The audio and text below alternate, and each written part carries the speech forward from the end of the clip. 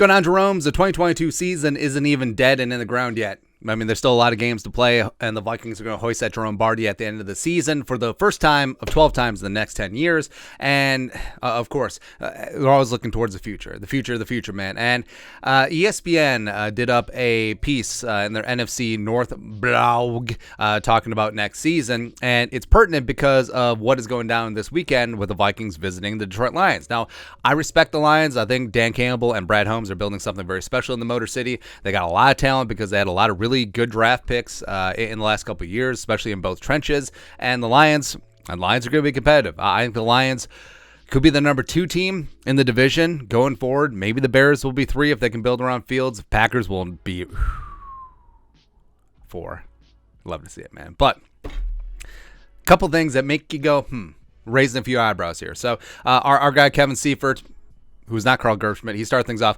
Do the Vikings look poised to lead the division beyond the season? It depends. The Vikings are in the midst of what GM Kwesi calls a competitive rebuild when he was hired in January. In other words, they're trying to squeeze as many wins as possible out of their veteran core, a group that includes Cousins, Dalvin, Thielen, Kendricks, Harrison, blah, blah, blah, blah, blah, blah.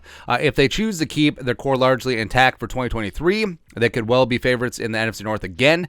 Well, they weren't favorites to begin with. You remember everyone, their mom had the Packers in the top 3 and top 5 in their power rankings? Get out of here.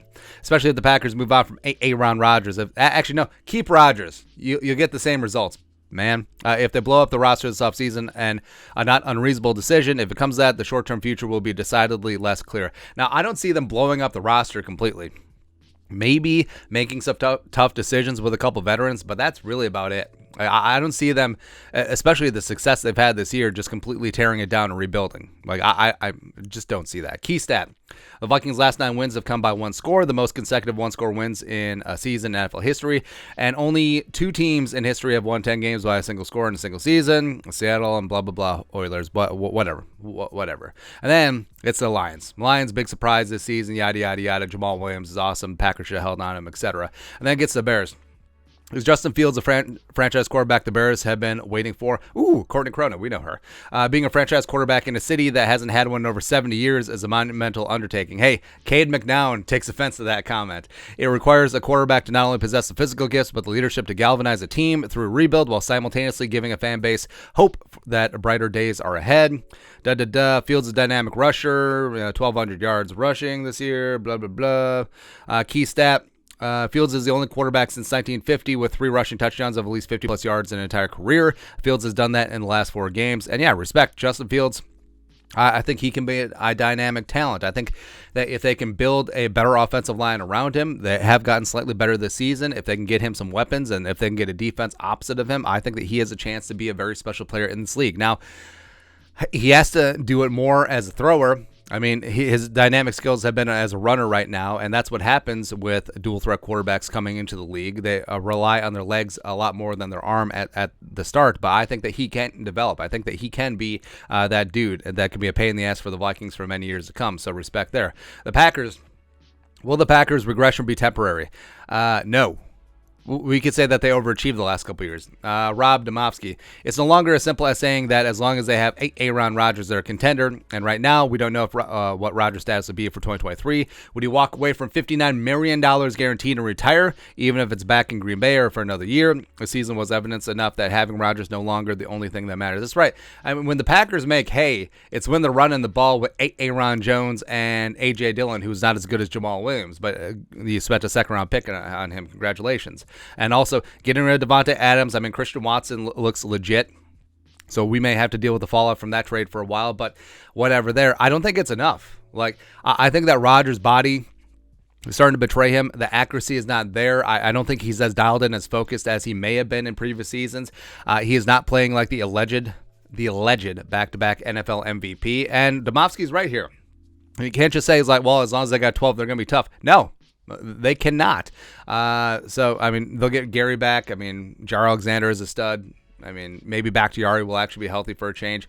So we'll see what happens. But I think the Packers have a chance to be a very mid-team and below for many years to come. And now, should they trade Rodgers? I mean, I'm sure that there will be places looking to trade for him, although maybe people are gun-shy after they saw what happened with the Broncos and Russell Wilson. But should they take a step back next year and just have Jordan Love be that guy going forward? Maybe. Maybe. But then here's the kicker. So it comes down to Matt Bowen, former NFL DB, great analyst, but he stabbed us in the back in our face right here. Who wins the NFC North in 2023? Bowen. The Detroit Lions. Maybe it's a stretch to say Detroit Lions, and it might be a year early, but this is a team that is trending upwards under head coach Dan Campbell. The Lions have built an offensive line, powerful movers. There's pass catching talent on the perimeter, and Jared Goff can hit the defined throws in his system. Question is, on the defense side of the ball, blah, blah, blah, blah, blah. If Detroit can address those needs through the draft free agency with the media contributors, then give me the Lions to win the North in 2023. Oh, Riri. So the fact that the Vikings are 10-2, the fact that the Vikings, they do have a solid veteran core, but they're not going to blow things up. Like, this is not the last ride sort of deal. This is not a one-and-done team. So, okay. Sure. I understand that everyone wants to be on the new hot thing. Like, they don't like betting on the sure thing, which would be the Vikings. They like, it's like, what about, it's like fantasy football. Like, why take the established player? But he's like, here's my super sleeper pick that no one's going to think of but me. But of course, and I think that the Lions will be feisty in the next couple of years. Will it be next year? I mean, the Vikings are still going to be there. I think Matt Bowen discounts that, but this is some solid bulletin board material. I mean, if Kevin O'Connell, with his pregame speech at the meetings at the Detroit Marriott on Saturday evening, wants to lead with this, is like, hey, do you know that these national media jabroni haircuts are picking the Lions to win the division next year, which means that they're probably picking them to win tomorrow? Okay, sure.